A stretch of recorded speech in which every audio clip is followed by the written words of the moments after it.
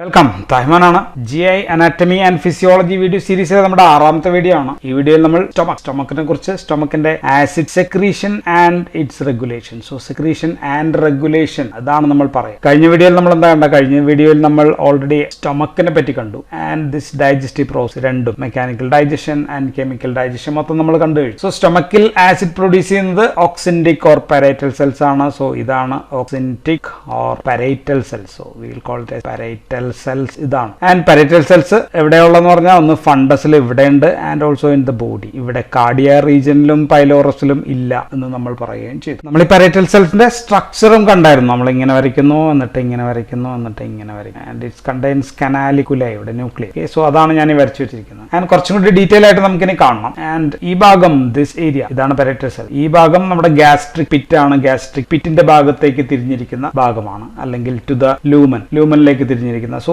ഈ സർഫസിനെ നമ്മൾ epical surface, epical or free surface എന്നാണ് പറയുന്നത്. ഇതോ ഈ ഭാഗം ലാമിന പ്രോപ്രിയയുടെ ഭാഗത്തേക്ക്, ഇതിങ്ങോട്ട് തിരിഞ്ഞിരിക്കുന്ന ഭാഗത്തെ നമുക്ക് എന്ത് വിളിക്കാം? നമുക്ക് ബേസോ ലാറ്ററൽ സർഫസ്. രണ്ട് surface, basolateral surface and apical surface ഒന്ന് മനസ്സിൽ ഓർത്തു വെച്ചിരിക്കുക. ആൻഡ് നമ്മൾ പറഞ്ഞു ചുറ്റും ദിസ് എൻഡ്രോക്രോമാഫിൻ ലൈക്ക് സെൽ കൂടിയുണ്ട് എന്ന് നമ്മൾ പറഞ്ഞു. അതൊന്ന് ഓർത്തു വെച്ചു. നമുക്ക് ഇനി ഇപ്പൊ ഡീറ്റെയിൽ ആയിട്ട് കാണാം. ഇതാണ് ഒരു പരൈറ്റൽ സെൽ എങ്കിൽ, ഇപ്പോൾ പരൈറ്റൽ സെൽ എണ്ണം വലുതാക്കി ഞാൻ വരച്ചിരിക്കുകയാണ് എങ്കിൽ ഇതാണ് അതിന്റെ ബേസോ ലാറ്ററൽ സർഫസ് എന്ന് പറയുന്നത്. ഇതാണ് ലൂമൻ. ഇവിടെയാണല്ലോ ആസിഡ് ഒക്കെ സെക്രീറ്റ് ചെയ്യുന്നത്. ഈ ലൂമിനൽ സർഫസ്, അല്ലെങ്കിൽ അതിന് നമുക്ക് എപ്പിക്കൽ ഓർ ലൂമിനൽ സർഫസ് ഇതാണ് എന്ന് നമുക്ക് മനസ്സിലാവുകയാണ്.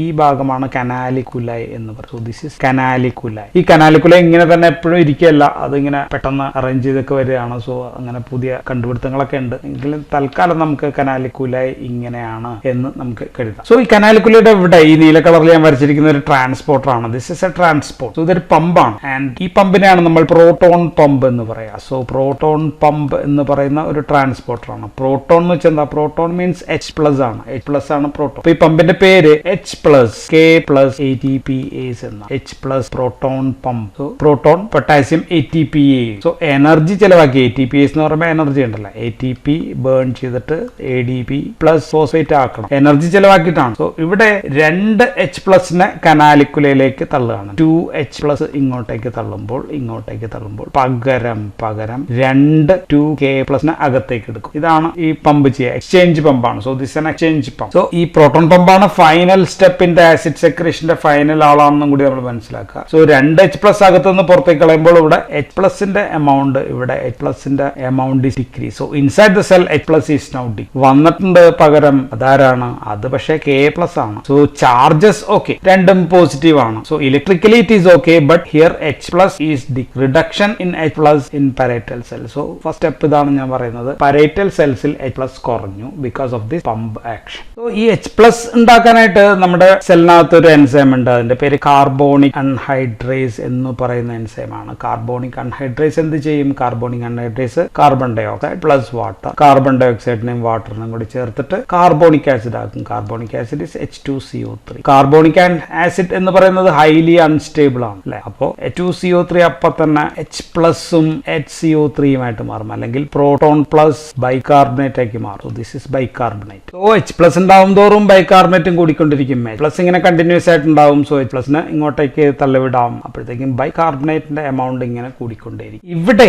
ഈ ബേസോലാറ്ററൽ സൈഡിൽ ഒരു ട്രാൻസ്പോർട്ടർ ഉണ്ട്, ഒരു എക്സ്ചേഞ്ചർ ഉണ്ട്. അതിനെ നമുക്ക് AE2 എക്സ്ചേഞ്ചർ എന്നാണ് പേര്, പഠിച്ചില്ലെങ്കിലും കുഴപ്പമില്ല. ആൻഡ് ഇത് ബൈകാർബണേറ്റിനെ പുറത്തേക്ക് വിടും. So this can transport this HCO3 out. Bicarbonate അപ്പോൾ ഇവിടെ കുറഞ്ഞു വരും, പക്ഷെ പകരം chlorine will be taken in. Bicarbonate negative ആണ്, ക്ലോറിൻ നെഗറ്റീവ് ആണ്. So electrically it is okay, രണ്ടും പ്രശ്നമില്ല. ഇലക്ട്രിക്കലി ന്യൂട്രൽ ആണ് ആക്ഷൻ, പ്രശ്നമൊന്നുമില്ല. ഇനി ബൈകാർബണേറ്റ് ക്ലോറൈഡ് എക്സ്ചേഞ്ച് നടക്കാതെ ക്ലോറൈഡ് ഇവിടെ വേറൊരു ട്രാൻസ്പോർട്ടറിൽ കൂടി വരുന്നു എന്നും ഒരു വ്യൂ ഉണ്ട്. എങ്കിലും എനിവേ ക്ലോറൈഡ് അകത്തേക്ക് കയറുന്നുണ്ട്, ബൈകാർബണേറ്റ് പുറത്തേക്ക് പോകുന്നുണ്ട്. അപ്പൊ ഈ ട്രാൻസ്പോർട്ടറിന്റെ പേര് SLC2A7 ആണ്. ഓർത്തിരിക്കേണ്ട ഒരു ആവശ്യമില്ല, ഞാൻ പറഞ്ഞു മാത്രമേ ഉള്ളൂ. സെപ്പറേറ്റ് ട്രാൻസ്പോർട്ടർ ഉണ്ട് എന്ന് പറഞ്ഞുകൊണ്ട് പറഞ്ഞു മാത്രമേ ഉള്ളൂ. H+ ഇവിടെ ഉണ്ടാവും തോറും എന്ത് പറ്റും? ബൈകാർബണേറ്റ് ഉണ്ടാവും, ബൈകാർബണേറ്റ് പുറത്തേക്ക് പോകും, അപ്പൊ ക്ലോറിൻ അകത്തേക്ക് വിടും. So chlorine now increases inside the cell. Chlorine അകത്ത് കൂടിക്കൊണ്ടിരിക്കുന്നു. ഈ ക്ലോറൈഡിനെ നമുക്ക് ഈ സെല്ലിന്റെ ഈ എപ്പിക്കൽ സർഫസിലൂടെ നമുക്ക് പുറത്തേക്ക് വിടാം. Chlorine can be release. രണ്ട് ക്ലോറിനെ നമുക്ക് പുറത്തേക്ക് വിടാം എപ്പിക്കൽ സർഫസ് ഓർ ലൂമനിലേക്ക്, canaliculi. So this is also canaliculi ആണ്. എങ്ങനെയാണ് കനാലിക്കുലയിലൂടെ വിടാം. ഈ ട്രാൻസ്പോർട്ടറിന്റെ പേര് CFTR എന്ന് പറയുന്ന ഒരു ട്രാൻസ്പോർട്ടർ വഴിയാണ് ക്ലോറിനെ പുറത്തേക്ക് വിടുക. സോ ആദ്യം ഇവിടെ 2H+ എത്തി. സോ ഈ ട്രാൻസ്പോർട്ടർ വിടാന്ന് വിചാരിക്കുക, അവിടെ 2H+ ഉണ്ട്.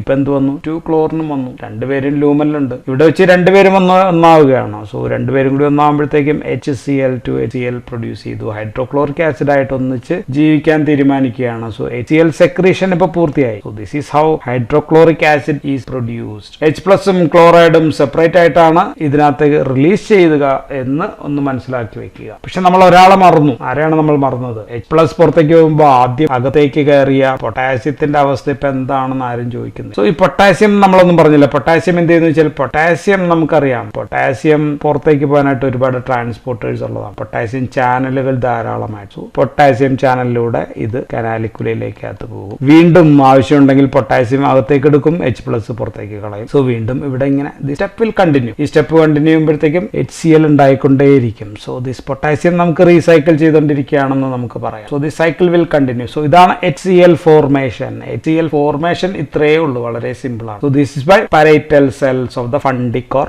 Gastric gland. അപ്പൊ ഇനി നമുക്ക് പറയേണ്ടത് ആരൊക്കെ എങ്ങനെയൊക്കെ ഈ ആസിഡ് സെക്രീഷൻ, ഈ സ്റ്റൊമക്കിന്റെ ഫംഗ്ഷൻ, നമ്മൾ ഓൺലി ആസിഡ് സെക്രീഷൻ മാത്രമല്ല റെഗുലേഷൻ ഓഫ് സ്റ്റൊമക്കിന്റെ ഫംഗ്ഷൻ കൂടി നമുക്ക് പറഞ്ഞു പോകേണ്ടി വരും. കാരണം പല ആൾക്കാർ പല പണി ചെയ്യുമ്പോൾ ആ പണിയൊക്കെ പറയുമ്പോൾ സ്റ്റൊമക്കിന്റെ ഫംഗ്ഷൻ റെഗുലേറ്റ് ചെയ്യുന്നു എന്ന് നമുക്ക് പറയണം. സോ പല മരുന്നുകളുടെയും പ്രവർത്തനം പഠിക്കാൻ ഇത് അത്യാവശ്യമാണ്. ഈ റെഗുലേഷൻ പഠിച്ചാലേ മരുന്നുകളുടെ പ്രവർത്തനം പഠിക്കാൻ പറ്റും. ഇവിടെ തന്നെ നമുക്കറിയാം ഈ H+, K+, ATPase ബ്ലോക്ക് ചെയ്യുന്നതാണ് പ്രോട്ടോൺ പമ്പ് ഇൻഹിബിറ്റേഴ്സ്. നമ്മൾ കേട്ടിട്ടുണ്ടാകും ഒമിപ്രസോൾ, ലാൻസോപ്രസോൾ, അങ്ങനെയൊക്കെ പറഞ്ഞ എല്ലാ മരുന്നുകളും ഇൻഹിബിറ്റ് ദി ഫൈനൽ സ്റ്റെപ്പ്. അങ്ങനെയാണ് ആസിഡ് ഇല്ലാതെയാവുന്നത്. അൾസറിനൊക്കെ നമ്മൾ ഉപയോഗിക്കുന്നത് പ്രോട്ടോൺ പമ്പ് ഇൻഹിബിറ്റേഴ്സ്. ഇനി റെഗുലേഷൻ പറയുകയാണെങ്കിൽ ഈ സ്റ്റൊമക്കിനകത്ത് ഭക്ഷണം എത്തി കഴിഞ്ഞാൽ പിന്നെ പുറത്തു നിന്ന് ആരുടെയും സഹായം ആവശ്യമൊക്കെ ഇതിനകത്ത് നേരിട്ട് തന്നെ HCl-ഉം പെപ്നോജനും സെക്രീഷനൊക്കെ വർദ്ധിപ്പിക്കാൻ പറ്റും. So food in the stomach is first regulating factor. Food in the stomach തന്നെയാണ് ആദ്യത്തെ റെഗുലേറ്റിംഗ് ഫാക്ടർ. നമ്മളിവിടെ HCl സെക്രീഷൻ മാത്രമല്ല പറയുന്നത് പറഞ്ഞു, മറ്റു GI ഗ്ലാൻഡ്സിന്റെ ഒക്കെ റെഗുലേഷൻ കൂടിയാണ് നമ്മൾ പറയുന്നത്. നമ്മൾ സ്റ്റൊമക്കിന്റെ ഹിസ്റ്റോളജിയെ കണ്ടപ്പോൾ നമ്മൾ പറഞ്ഞു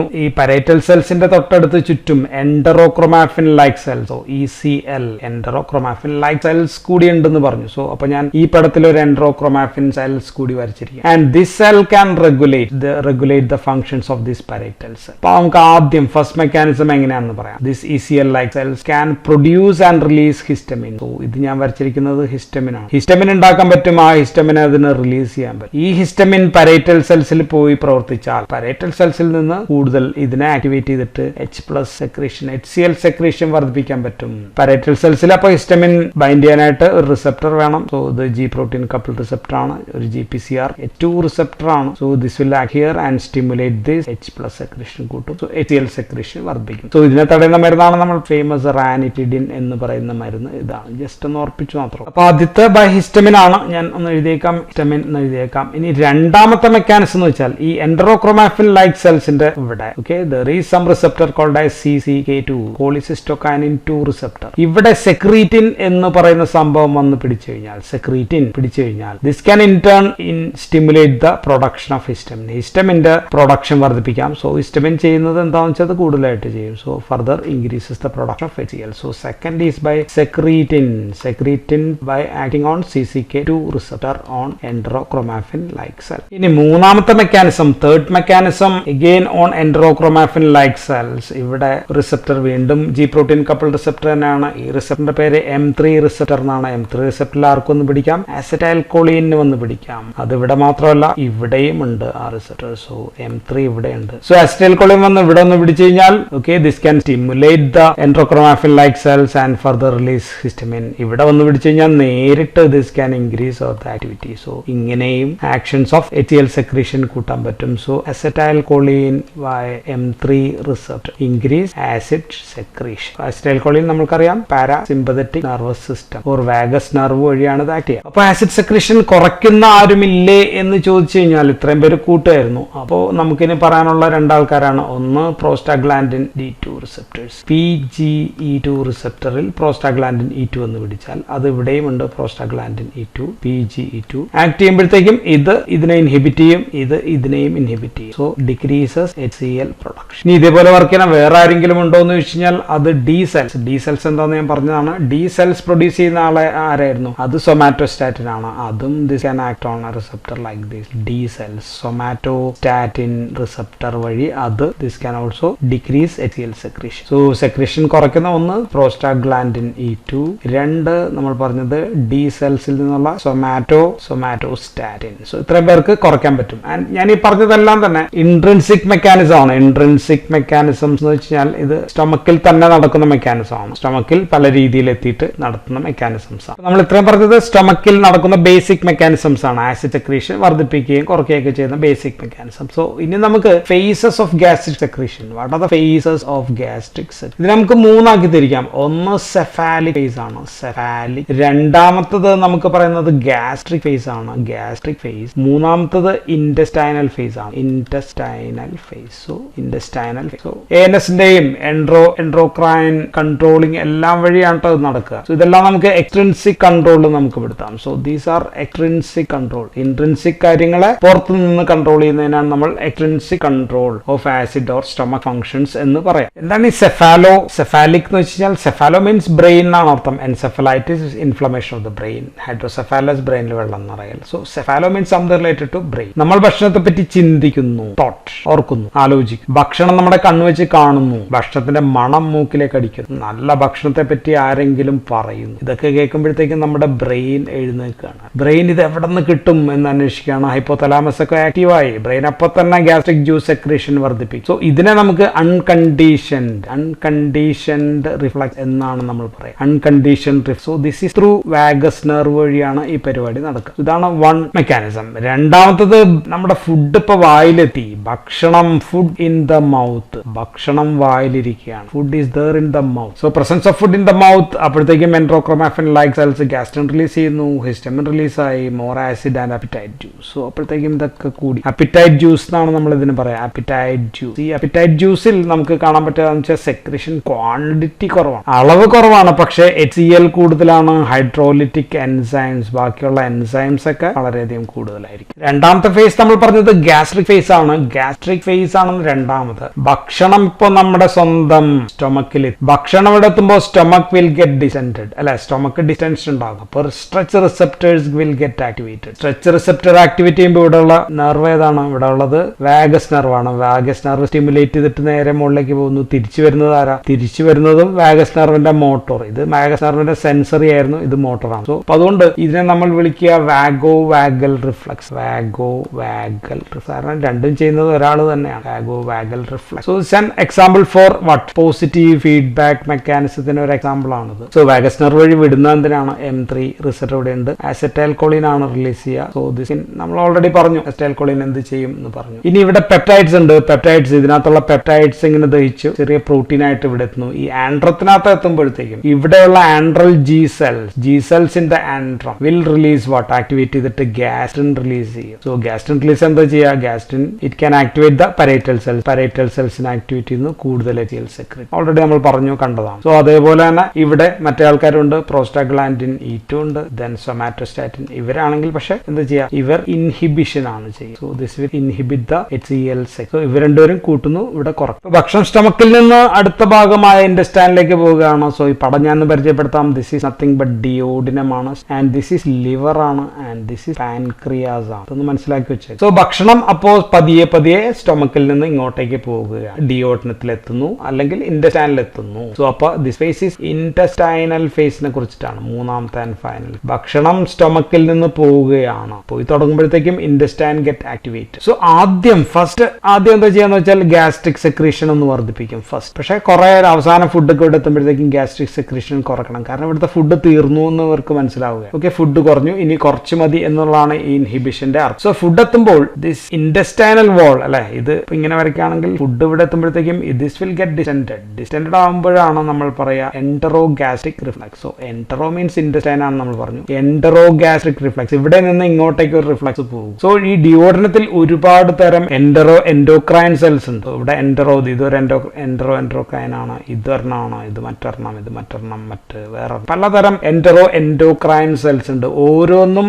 സ്റ്റൊമക്കിലും മറ്റു പല സ്ഥലങ്ങളിലും ലിവറിലും പാൻക്രിയാസിലൊക്കെ പ്രവർത്തിക്കാൻ കഴിവുള്ളവർ. അപ്പൊ നമുക്ക് ഓരോ എൻഡോക്രൈൻ ഹോർമോൺസിന്റെയും ഫംഗ്ഷൻ നമുക്ക് നോക്കാം. ആദ്യത്തെ ഹോർമോൺ എന്ന് പറയുന്നത് ഗ്യാസ്ട്രിൻ ആണ്. ഗ്യാസ്ട്രിൻ ഇൻറ്റസ്റ്റൈനിലുണ്ടോ എന്ന് വെച്ചാൽ ഇൻറ്റസ്റ്റൈനിലുണ്ട്. So this is G cells ആണെന്ന് കരുതുക. G cells will produce gastrin and ബ്ലഡിലൂടെ ആണ് പോകുന്നത്, നേരിട്ട് ഇങ്ങോട്ടേക്കല്ല പോകുക, ബ്ലഡിലൂടെ പോയി ഇവിടെ എത്തി. This will stimulate the parietal cells. So same ഇവിടെയുള്ള ഗ്യാസ്ട്രിൻ സെൽസ് പോലെ തന്നെ ഇതിന് പരൈറ്റൽ സെൽസിനെ സ്റ്റിമുലേറ്റ് ചെയ്യുന്നു. HCl secretion will be increase. So ഇത് മാത്രമാണ് ഞാൻ പറയുന്നത് ഇൻക്രീസ് ചെയ്യുന്ന, ബാക്കി ഞാൻ പറയാൻ പോകുന്നത് എല്ലാം ഡിക്രീസ് ചെയ്യുന്ന ആൾക്കാരെ പറ്റിയാണ്. So gastrin will increase the HCl secretion. Gastrin from the intestine will increase the acid secretion. അപ്പൊ അടുത്ത ആള് ദിസ് ബ്ലൂ കളർ, ഈ ബ്ലൂ കളർ ആണ്. അപ്പൊ ദിസ് ഇസ് SL ആണെന്ന് കൂട്ടാ. SL means this produce what? Secretin ആണ് ഉണ്ടാക്കുന്നത്. സോ ദിസ് സെക്രീറ്റിൻ എന്ത് ചെയ്യുമെന്ന് വെച്ചാൽ, സെക്രീറ്റിൻ ഇവിടുന്ന് പോയി ഇതിലെ കൂടി ബാക്കിലേക്കല്ല പോവുക, ബ്ലഡിലൂടെയാണെന്ന് പ്രത്യേകം ഓർത്തു വെച്ചേക്കുക. ദിസ് ഗ്യാസ്ട്രിൻ, ഇവിടെയുള്ള ഗ്യാസ്ട്രിൻ സെല്ലിനെ ഇൻഹിബിറ്റ് ചെയ്യുന്നു. ഇത് ഇൻഹിബിറ്റ് ചെയ്യുമ്പോഴത്തേക്കും ഇതിനെ ഇൻഹിബിറ്റ് ചെയ്യും. So this can reduce HCl. So secretin will reduce the gastric G cells and inhibit or reduce the HCl secretion. ഇതിന് ഇവിടെ മാത്രമല്ല പണി, ഇവിടെയും ചെല്ലാം. Goes to the liver. ലിവറിൽ ചെന്നിട്ട് ഇൻക്രീസ് ബൈൽ ആസിഡിന്റെ സെക്രീഷൻ കൂട്ടും. ഇതിന് ഇവിടെയും ചെല്ലാം. This can go to the pancreas. പാൻക്രിയാസിൽ ചെന്നിട്ട് കൂടുതൽ ബൈകാർബണേറ്റ് പ്രൊഡക്ഷൻ കൂട്ടും. സോ 3 കാര്യങ്ങൾ. ഇവിടെ HCl സെക്രീഷൻ കുറയ്ക്കും, ഇവിടെ ബൈൽ ആസിഡ്സ് കൂട്ടും, ഇവിടെ ബൈകാർബണേറ്റ് വർദ്ധിപ്പിക്കും. അടുത്ത ആൾ ഐ സെൽസ് ആണ്.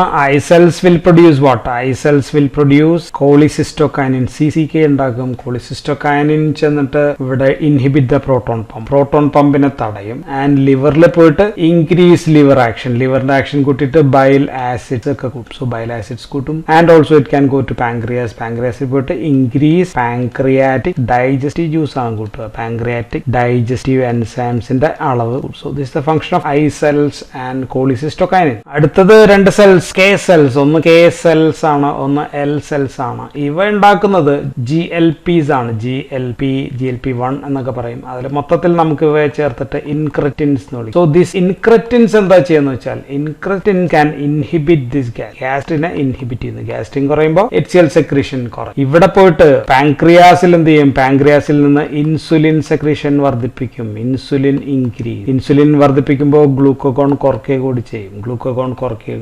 മൂന്നാമത്തത് ഇതിന്റെ GI മോട്ടിലിറ്റി കുറയ്ക്കുന്ന ഒരു പരിപാടി കൂടി ചെയ്യും. GI motility is decrease. And പിന്നെ വേറൊരു കടന്ന കൈയും കൂടി പോയി ഹൈപ്പോതലാമസിലേക്ക് പോകും. ഹൈപ്പോതലാമസില് സറ്റൈറ്റി സെന്ററിൽ പോയിട്ട് നമ്മുടെ ഭക്ഷണം മതി വയറ് നിറഞ്ഞു എന്നൊരു തോന്നൽ കൂടി ഉണ്ടാക്കുന്ന ആൾക്കാരാണ് ഇൻക്രെറ്റിൻസ് എന്ന് പറയുന്നത്. ഇൻക്രെറ്റിൻ ചില്ലറക്കാരല്ല. ഡയബറ്റീസ് മെലിറ്റസിലെ പ്രധാനപ്പെട്ട മരുന്നുകളൊക്കെ ബന്ധപ്പെട്ടിട്ടത് ഇൻക്രെറ്റിൻസുമായിട്ട് ബന്ധപ്പെട്ടിട്ടുള്ളതാണ്. ഇനി പെപ്റ്റൈഡ് YY എന്ന് പറയുന്ന ആൾക്കാരുണ്ട്. ഇനിയും കുറെ ആൾക്കാരുണ്ട്. ഇവിടെ തിരക്കായോണ്ട് ഞാൻ എഴുതുന്നില്ല. Peptide YY. Okay. So then ന്യൂറോടെൻസിൻ എന്ന് പറയുന്ന ആൾക്കാരുണ്ട്. So these all inhibit the release of ഗ്യാസിന്റെ സെക്രീഷൻ ഇൻഹിബിഷൻ ആണ്.